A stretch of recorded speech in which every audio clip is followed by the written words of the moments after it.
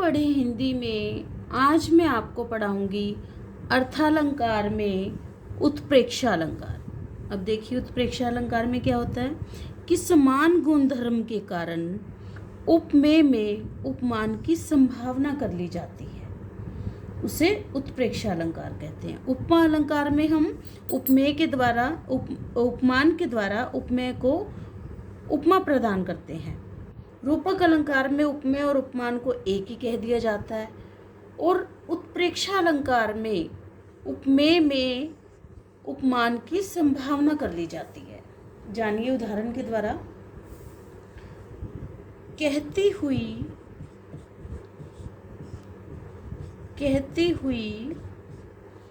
यूं उत्तरा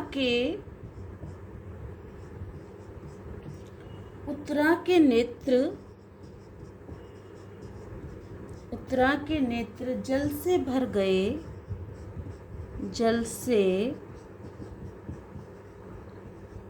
गए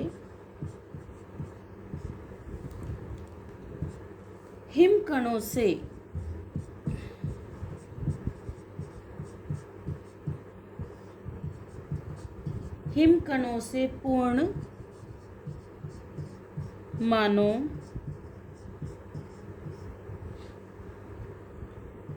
हो गए पंकज नए। पंकज यानी कमल, पंकज नए, हिमकणों यानी ओस के कण। देखिए उत्तरा के नेत्र, अपनी बात कहते हुए उत्तरा के नेत्र जल से ऐसे भर गए मानो हिमकणों से पूर्ण मानो हो गए पंकज नए, कि जैसे मानो कमल ओस की बूंदों के कारण कमल नए हो गए हों, कमल निखर उठे हों। हमने यहाँ उपमेय में उपमान की संभावना की है, मानो शब्द। तो इसी तरह और शब्द हैं जिससे आप पहचान सकते हैं कि यहाँ उत्प्रेक्षा है, जैसे मनहूँ, मानो, जनहूँ,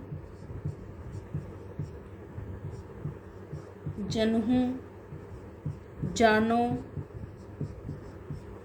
ज्यों, जनू आदि वाचक शब्दों का इस्तेमाल किया जाता है। यहाँ पर उपमेय में उपमान की संभावना जब प्रकट की जाती है। तो आइए अन्य उदाहरण देखते हैं।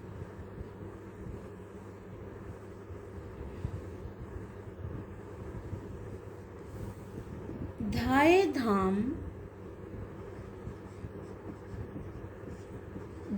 धाम देखिए,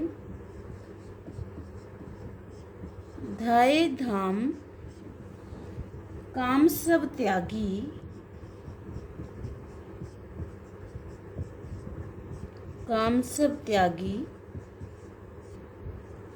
मनहूँ रंक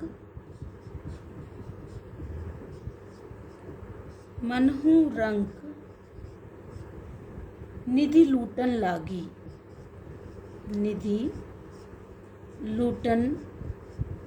लागी।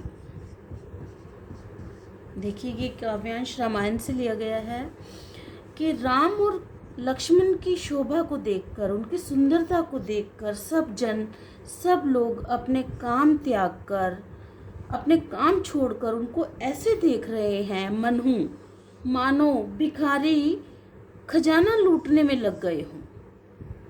यहाँ मान लिया है हमने कि उनकी सुंदरता को देखने लोग ऐसे देख रहे हैं मानो भिखारी अपना खजाना लूट रहे हों।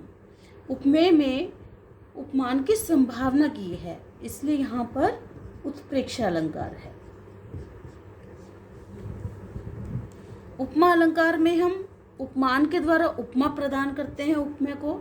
रूपक में उपमेय और उपमान के अंतर को समाप्त करके उनको एक ही कह दिया जाता है। और उत्प्रेक्षा अलंकार में उपमेय में उपमान की संभावना प्रकट की जाती है। और उदाहरण देखिए। लता ओट तब सखी हैं लखाए, तब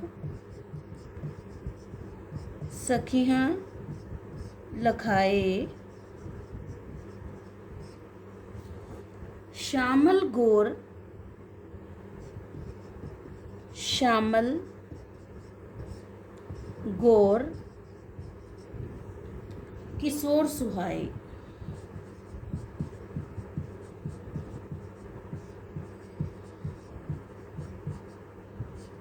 किशोर सुहाए। अब देखिए, देखी रूप, देखी रूप लोचन ललचाने, लोचन ललचाने, हर्षे जनू, हर्षे जनू निज निधि पहचाने, निज निधि पहचाने।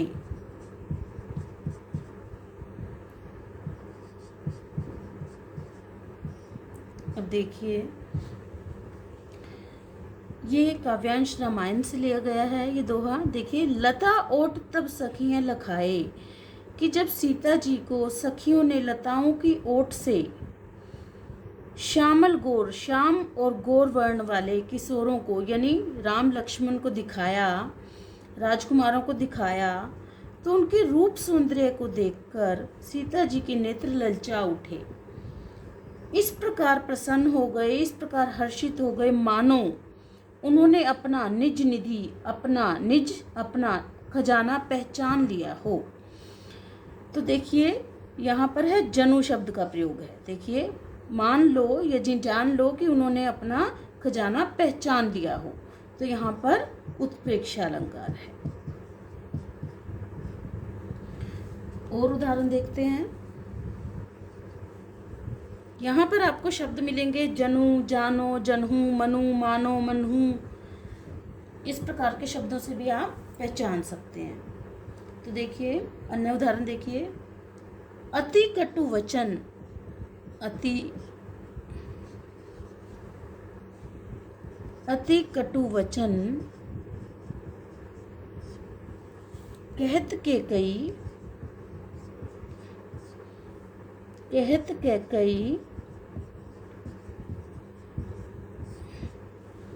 मानहु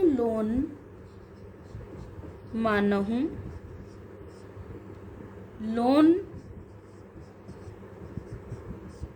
नमक यानी जरे पर देई।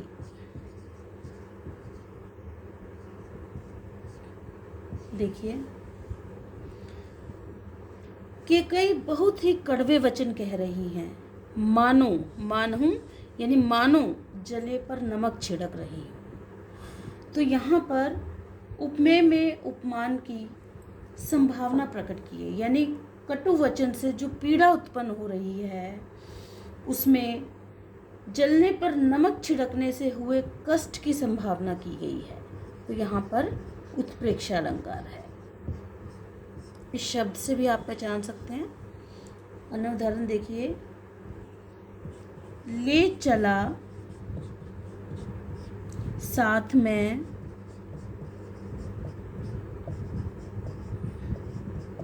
तुझे कनक,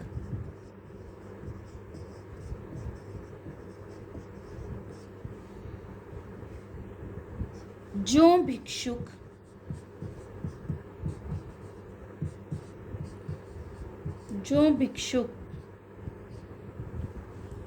लेकर स्वर्ण।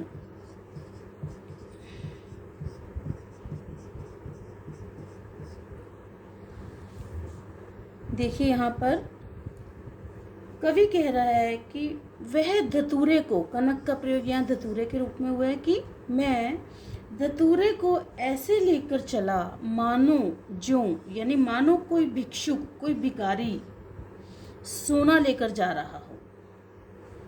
तो यहाँ पर कनक उपमेय में स्वर्ण उपमान की संभावना प्रकट की गई है, इसलिए यहाँ पर उत्प्रेक्षा अलंकार है।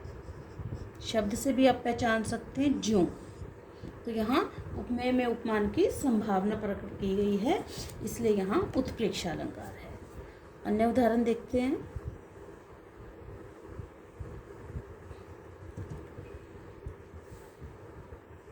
सिर फट गया, सिर फट गया उसका वहीं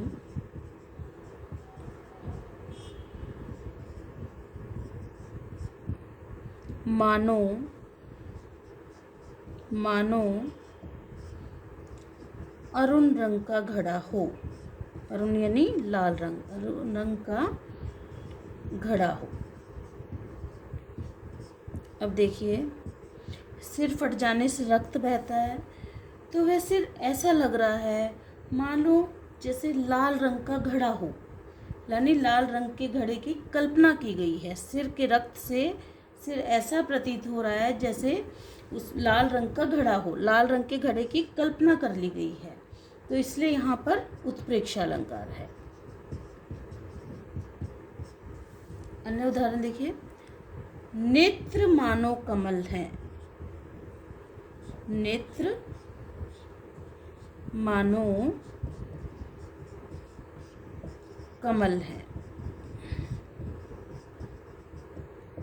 यहाँ पर नेत्रों को कमल माना गया है, कमल के समान माना गया है, तो इसलिए कल्पना की गई है कि नेत्र मानो कमल के समान है, उत्प्रेक्षा अलंकार है। यहाँ पर भी देखिए मानो शब्द का इस्तेमाल है, यहाँ भी मानो शब्द का इस्तेमाल है, तो ये उत्प्रेक्षा अलंकार के अंतर्गत आते हैं। अब देखिए अन्य उदाहरण। बहुत काली सिल, बहुत काली सिल जरा से लाल केसर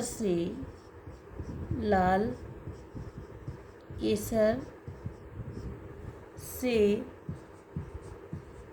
कि जैसे धुल गई हो, कि जैसे धुल गई हो। देखिए यहाँ पर काली सिल के लाल केसर से धुलने की कल्पना की गई है। बहुत काली सिल जरा से लाल केसर से कि जैसे धुल गई हो। तो जब अंधेरा छंटने लगता है और सूर्य उदय होने वाला होता है, तो आकाश में अंधेरा छंटकर लालिमा छा जाती है। ऐसे लगता है कि किसी ने जैसे लाल केसर से काली सिल को धो दिया हो, मानो किसी ने लाल केसर से काली सिल को धो दिया है, तो यहाँ पर उत्प्रेक्षा अलंकार है। और देखिए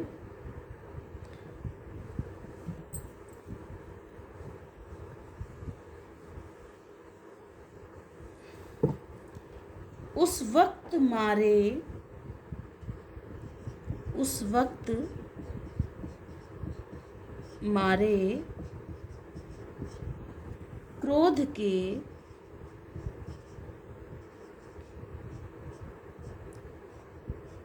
क्रोध के तनु कांपने लगा, तनु यानी शरीर, कांपने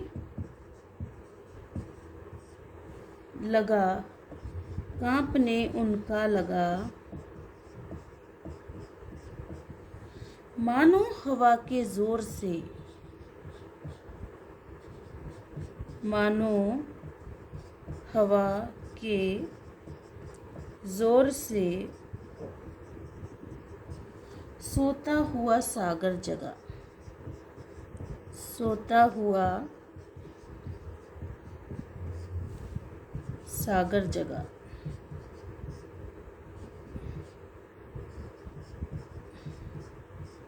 तो देखिए क्रोध के मारे उसका शरीर ऐसे कांपने लगा मानो हवा के वेग से, हवा के जोर से सोता सागर जग उठा हो, सोते सागर में लहरें उठने लगी हों। ऐसा मान लिया गया है कि उसके शरीर जो कांपने लगा, मानो ऐसा लग रहा है मानो हवा के जोर से सोता सागर जग उठा हो। तो यहाँ पर उत्प्रेक्षा अलंकार है, यहाँ पर उत्प्रेक्षा अलंकार है। अब देखिए एक उदाहरण और देखते हैं हम। पाहुन पाहुन जो आए हों, जो आए हों गांव में शहर के, गांव में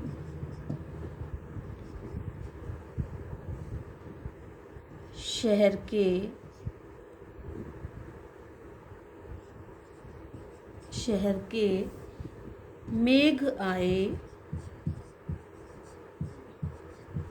मेघ आए बड़े बन ठन के संवर के, मेघ आए बड़े बन ठन के संवर के। देखिए यहाँ मेघ बन ठन के गरजते हुए ऐसे आ रहे हैं जैसे शहर के, मान लो शहर के मेहमान गांव में आ गए हों। तो यहाँ मेघ में यानी बादलों में शहरी मेहमान की संभावना प्रकट की गई है। मान लो गांव में यहाँ पर बादल ऐसे आए हैं, ऐसे बन ठन के आए हैं जो जैसे शहरी मेहमान गांव में आ गया हो। तो यहाँ पर मेघ में, बादलों में शहरी मेहमान की संभावना प्रकट की है, इसलिए यहाँ उत्प्रेक्षा अलंकार है। तो इन शब्दों से आप पहचान सकते हैं जो, जानो, जनहूँ, मानो, मनहूँ। इन शब्दों से उत्प्रेक्षा अलंकार की पहचान भी की जा सकती है। तो आपको कैसा लगा वीडियो? इन उदाहरणों की लिख कर प्रैक्टिस करें और अगर एक बार में ना समझ आए तो वीडियो दोबारा देखें। ओके बेटा, आपका दिन शुभ हो।